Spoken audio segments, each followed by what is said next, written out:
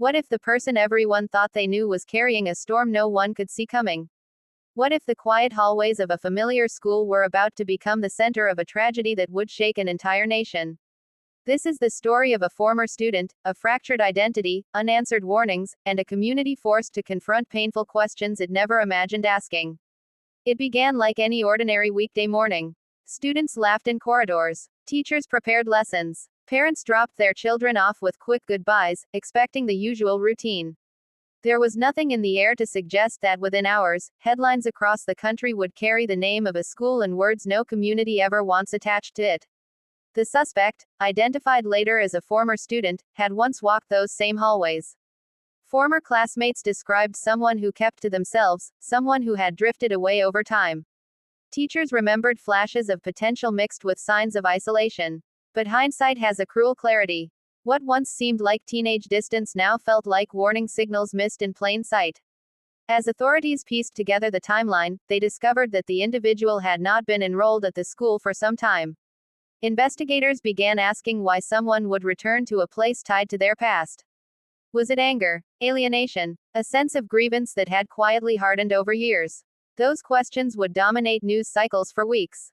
When the first emergency calls came in, confusion reigned. Students were rushed into lockdown procedures. Teachers barricaded doors. Sirens echoed through streets that had always felt safe. Law enforcement responded within minutes, coordinating with school officials to contain the situation and secure the building. The chaos lasted far longer emotionally than it did physically.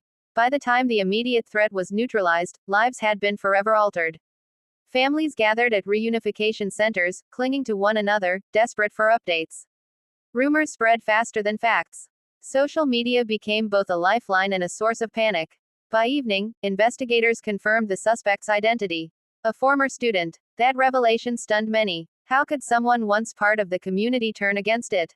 News outlets began digging into background details. Former neighbors spoke cautiously. Classmates expressed shock. Some admitted they had noticed changes years ago but never imagined something so extreme. As the night stretched on, law enforcement held a press conference. They provided limited details, emphasizing that the investigation was ongoing. They asked the public to avoid speculation. But speculation had already taken root. The next morning, the school stood silent behind yellow tape. Vigils began forming outside the perimeter. Candles flickered in the early dusk. Posters with handwritten messages read, "Stronger together," and "Never again." Grief hung heavy, but so did determination. Behind closed doors, investigators worked tirelessly. They examined digital footprints, communications, past interactions. They tried to understand motive without amplifying it. They focused on facts rather than theories. And slowly, a complex picture began to emerge, not of a single explosive moment, but of years of internal struggle, perceived rejection, and deepening resentment. But as that picture formed, another story was unfolding, one about community resilience. Parents comforted not only their own children but others. Counselors volunteered long hours. Religious leaders opened their doors for prayer and reflection. Even those with differing views on broader social issues found common ground and shared heartbreak. And yet, beneath the unity, difficult conversations simmered. Could this have been prevented? Were there missed warning signs? Did systems fail? Or was this the tragic collision of personal crisis and opportunity? Those questions would only grow louder in the days ahead. In the days that followed, investigators traced the suspect's recent movements carefully, constructing a timeline that revealed planning but also emotional volatility. Friends from years past described someone who had withdrawn gradually, expressing frustration and isolation. Online posts suggested a person wrestling with identity, belonging, and perceived injustice. But officials were careful. They refused to publicize any writings or statements that could inspire imitation. Their focus remained on accountability and prevention rather than notoriety. Meanwhile, the school district faced its own storm. Parents demanded answers. Security protocols were reviewed. Board meetings overflowed with emotion. Some called for increased mental health resources. Others argued for stricter safety measures. The debate reflected a country already divided, but here it felt deeply personal. Counseling centers stayed open around the clock. Students described the terror of lockdown announcements, the silence punctuated by distant noise, the fear of the unknown. Teachers spoke about the weight of protecting their classrooms. First responders recounted the urgency of those first critical minutes. As more details emerged, it became clear that the suspect had felt estranged from peers during their time at the school. Accounts varied. Some remembered awkwardness, others tension, but no one predicted violence. That disconnect, between perception and outcome, troubled many. Community leaders urged caution against turning tragedy into a weapon for political battles. They emphasized empathy for victims and responsible dialogue. Still, national media coverage intensified, bringing outside voices into a community still trying to breathe. Through it all, families of victims asked for privacy.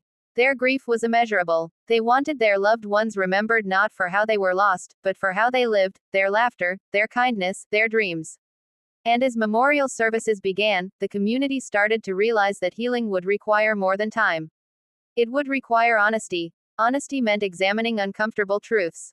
Investigators confirmed there had been no direct threats reported to the school prior to the incident. No formal complaints that escalated into action. Yet fragments existed, online expressions of anger, strained relationships, signals that in retrospect felt heavier. Experts weighed in cautiously. They warned against oversimplifying motive. Human behavior, especially when influenced by mental health struggles and personal identity conflict, is rarely linear. Isolation can deepen quietly. Grievances can compound unnoticed. Town halls were held. Emotions ran high. Some residents demanded stronger monitoring systems. Others warned against stigmatizing individuals who struggle. The balance between vigilance and compassion became a central theme. Students began returning to classes weeks later under tightened security. The first day back was heavy. Hallways once filled with carefree chatter felt subdued. Counselors were present in nearly every room. Teachers adjusted lesson plans, allowing space for discussion and reflection. One student described it best: "We're trying to learn again, but everything feels different." Because it was different, the sense of innocence had shifted. Trust, once automatic, now required rebuilding. Yet within that shift, resilience slowly grew. Resilience showed itself in small ways at first. Study groups formed to support those falling behind. Art students painted murals dedicated to unity. Athletes wore ribbons during games. Music teachers organized a benefit concert honoring those lost. The suspect's background continued to be examined, but investigators maintained boundaries. They avoided broadcasting personal manifestos or grievances. The goal was understanding, not amplification. Community members also began advocating for systemic improvements, expanded counseling services, peer mentorship programs, clearer communication channels for reporting concerns. The tragedy, they insisted, must lead to meaningful change. National attention gradually faded, but for the town, the impact remained daily and personal. Anniversaries loomed even months in advance. Birthdays once celebrated would now be remembered differently. Still, conversations matured. Anger softened into determination. Fear evolved into preparation. And a shared promise began forming quietly: never to ignore early warning signs again. By the third month, investigative findings were formally presented.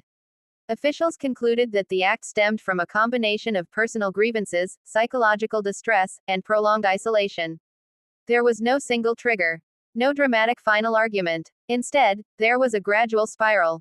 Experts emphasized the importance of early intervention and community engagement. Schools across the state began reviewing their own systems, learning from the painful example. For families directly affected, justice meant accountability but also remembrance. Scholarships were established in victims' names. Annual service days were planned. Their legacies would not be reduced to headlines. The former student's story, stripped of sensationalism, became a case study in how unnoticed struggles can intensify when left unaddressed. It was not an excuse, it was context. And context, the community hoped, could become prevention. As the first anniversary approached, preparations focused not on reliving horror but honoring growth. The school introduced expanded wellness programs. Students were trained to recognize and report concerning behaviors compassionately. Leaders spoke about layered responsibility: families, schools, communities, online platforms, all playing roles in either isolation or connection. At the memorial ceremony, silence fell across the crowd. Names were read slowly. Bells rang. Tears flowed freely. But alongside grief stood resolve. The tragedy had revealed cracks, yes. But it had also revealed strength: neighbors who showed up, strangers who donated, students who refused to let fear define them. Healing was not complete. It never would be fully. But it had begun. In the end, the story of that day is not only about violence. It is about what followed. It is about a community forced into heartbreak choosing growth over bitterness. It is about systems reviewed, conversations started, support expanded. The former students' return to that campus will forever mark its history, but it will not define its future. Because in the years that followed, graduation ceremonies resumed. Laughter returned gradually to hallways. New students arrived with hope in their eyes. The school became known not just for tragedy, but for reform and resilience. The final lesson learned was simple yet profound: isolation thrives in silence, but healing grows in connection. And so the community continues forward, watchful, compassionate, determined, carrying both the memory of loss and the promise of prevention. The storm that once shattered their normalcy became the catalyst for change. And that is where this story ends, not in fear, but in resolve.